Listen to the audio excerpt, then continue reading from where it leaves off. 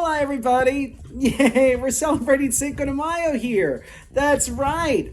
And we have an amazing Papi's Cucina for you. Today, Lila, can you see under there? Can you? Today, I'm going to be doing one of my most ambitious inventions yet. We're going to do kind of a Mexican and Italian fusion. So today, we're going to make homemade taco tortelloni with a queso Alfredo sauce with green chilies and tomatoes. She's in shock. She's in absolute shock. She's totally excited, but in shock. I know, me too!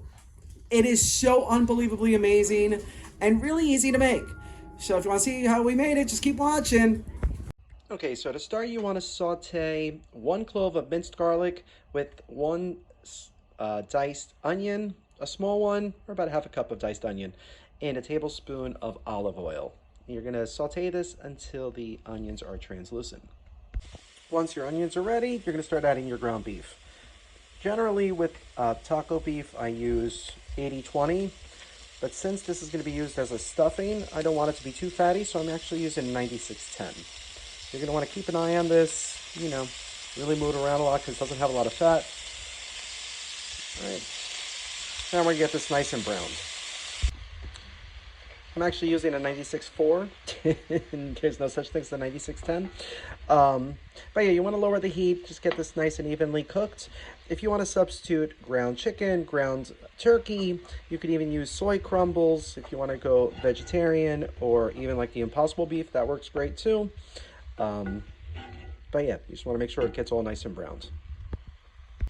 So once your beef is all nice and browned, or whatever meat you used, you're going to want to add your taco seasoning, your can of diced tomatoes. You could buy the ones with the green chilies in it, but if not, you always just add them. I like to add my own because I like to adjust the heat. Lulu doesn't like too spicy. All right, so we're going to mix this all up. Also make sure to adjust your seasoning at this point too. Add your salt, pepper, garlic if you want. And now we're going to allow this to simmer for at least 45 minutes until the tomatoes have broken down, moisture has been absorbed, and the flavors had time to develop. All right, we're going to let this cook. So while we're waiting for the meat to cook, we're going to get started on the sauce.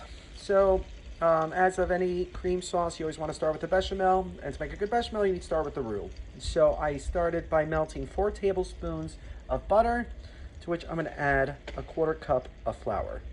Make a good roux, it's always equal parts butter and flour. All right, so now we're going to cook this down until it gets a nice blonde color and the smell of flour goes away. You want to stir this rapidly. Maybe lower the heat.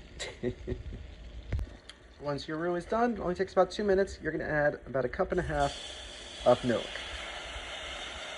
Right, you're going to want to stir this quickly so it doesn't scorch, and also so you don't have any lumps. All right, so you're going to cook this over medium heat for a couple minutes until it really starts to thicken up. Once your sauce looks like this, it's ready for the cheese. All right, so you're going to want to lower the heat so you don't scorch it. So you want to go to like a medium. All right. So the first cheese I added is about 1/4 cup of Parmesan cheese, and I added some fresh cracked black pepper, about 10 turns. Once you got it all mixed in, you're going to add about 1 cup of cheddar cheese. Okay. Looks like about 1 cup. Yeah. Now you want to get that all fully incorporated. Nice. Next, I added about 1/2 cup of Colby Jack. Now we're going to incorporate that. Once you got your cheese all melted, you're going to add about 1 cup of diced tomatoes. I took the seeds out because Lulu doesn't like seeds. And I added about a teaspoon of chopped green chilies. All right, so now we're going to mix this up. All right, you want to bring it back to a low simmer. Then you're going to let this cook for about another 15 minutes. If it's too thick, add a little bit more milk, or you can even just add some water. And at this point, you want to adjust your seasoning too. Definitely want to add some salt. You're going to probably need at least ½ teaspoon of salt, to really bring out the cheese flavor. All right, so what we're really doing is just allowing this to cook till the tomatoes are nice and wilted. So that's only going to need a little bit. And the sauce is done. Tomatoes are wilted, so I added just a little bit of granulated garlic and a couple dashes of paprika. And your queso Alfredo is ready for the tortelloni. All right, nice. Wish you could taste it. So flavorful. So now back to the taco meat. Once it's been cooking for about 45 minutes, you'll see it bounds up kind of nice. Tomatoes have broken down. Not much sauce in there, but we really want this tight. So you're going to add about a tablespoon of flour. All right. You're going to mix it fully, and then you're going to allow this to cook for just a couple more minutes to really just get that flour taste out. But you're going to see how this thickens up nicely. It'll be a perfect filling. All right, so this was cooking for another 5 minutes. You can see how nice and thick it got. All right, at this point again, now adjust your seasoning. Add some salt, add some more pepper, garlic, more chilies if you want it spicier, or more, whatever you want, paprika. But now you want to remove this from the heat and allow this to cool fully before we put it into the pasta. All right? Oh my gosh, I can't wait. All right, so now once your meat had plenty of time to cool, you're going to want to start building your tortelloni. So you can make your own pasta. You know, it's very easy. Just water, flour, salt. But I bought these wonton wrappers. These work just as great for what I'm doing.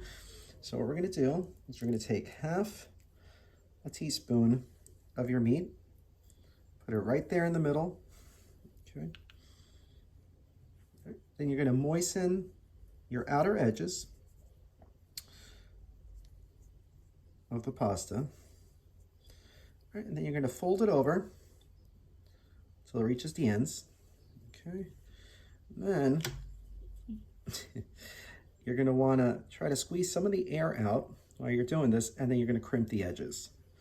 All right, so see what I'm doing? All right. So you have this nice little triangle. Then you're going to want to moisten the outer edges. And then you're going to fold these over like so, and then pinch your edge shut. And there you have your tortelloni. Super easy, right? All right, now we got about 50 more to do. Okay, so I got them done. They're so cute. But I got 3 trays of these. So you want to let these cool in the fridge for about an hour before you throw them in boiling water so they set nicely. All right, can't wait to see how they come out. Looks so good, and they're huge. So we got our water boiling, so we're gonna throw them in. All right, these are only gonna need a couple minutes to cook. When they float, they're done. Right, now we wait. And just 3.5 minutes later, they're floating. They're done. Let's take a look. Oh my gosh, look at these things. Oh, yeah. So we got them on the plate, topped it with the sauce and some tortilla chips to give you that little bit of a crunch. Now we're gonna try it. Oh my God, I'm so excited. Let's see, look at it. Oh, this looks so good.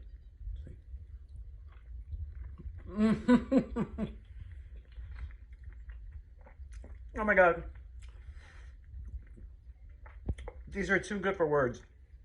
They are so amazing. That meat, that sauce, with the vegetables,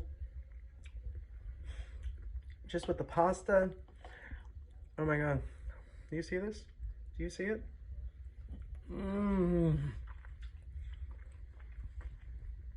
So creamy. It's like eating pasta, but you're eating a taco at the same time. All the deliciousness, and it's absolutely incredible. Oh my gosh. All right, you have to make this. This is Cinco de Mayo must.